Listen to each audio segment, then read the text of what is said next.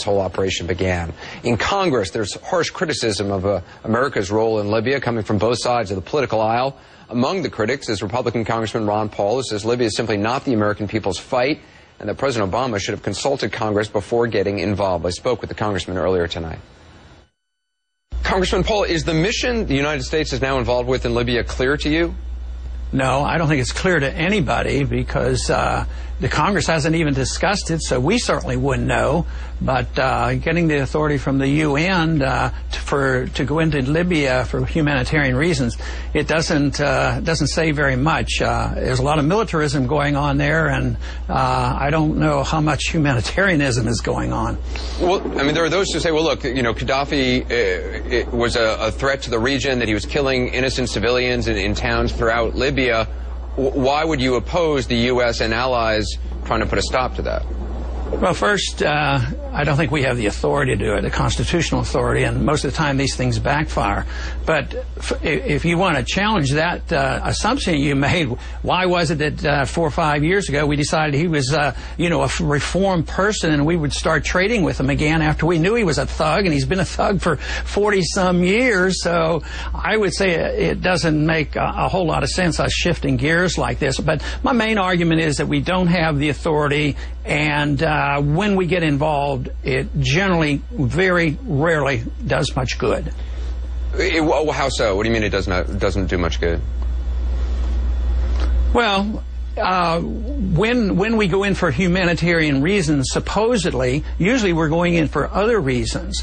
For instance, what we don't know this time is who the opposition really is. There's pretty good evidence now coming out that there's probably some military people involved. Obviously, they have some weapons. That is the dissenters. So it might be an old-fashioned military coup that they've been able to capture some popular support for, and you might be, getting rid of one dictator and bringing in another one for all we know. I mean, the intent is good. I mean, it's everybody feels good about it and wants to help. But just like going into Iraq, it was going to be a couple weeks, and we were going to rid that country of Saddam Hussein, and the oil would pay all the bills. And look at the tragedy that came out of that. And that's far from settled over there. We've been in Afghanistan 10 years. So what are we going to do? When are the troops going to go in? Most good military people say you cannot resolve that problem in Libya without ground troops. Otherwise, all it does is solidify the people against the people who are dropping bombs on them. So I don't expect a whole lot of good to come from this. It should be settled internally. If the Arab League wants to get involved, they should be. They first encouraged us to do this in the UN, and then they changed their mind. They had an emergency meeting yesterday, and they said, hey, we didn't expect you to do all this bombing. We thought you'd just make sure those airplanes weren't flying. So they're very upset with it, and they've essentially withdrew support for this whole program. Beyond those who say there's a moral reason to go, and some also point to, well, look, a huge number of refugees leaving the country is going to destabilize Egypt, is going to destabilize Tunisia. So there is some sort of a strategic interest in order to try to stop that. You don't buy it? No, I mean, there may be, but I still don't think that puts the obligation on us. I think our policies, our foreign policies, are destabilizing the world financial community, and it's going to destabilize this country because we spend $1 trillion a year on our foreign policy to keep it going, and we're totally bankrupt. And here we're taking another project on, probably spend another $200 million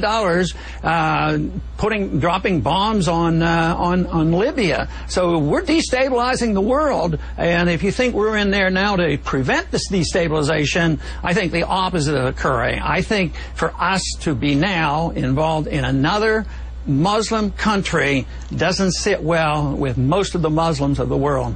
Had the United States sat by, though, wouldn't the United States be accused of siding with Gaddafi?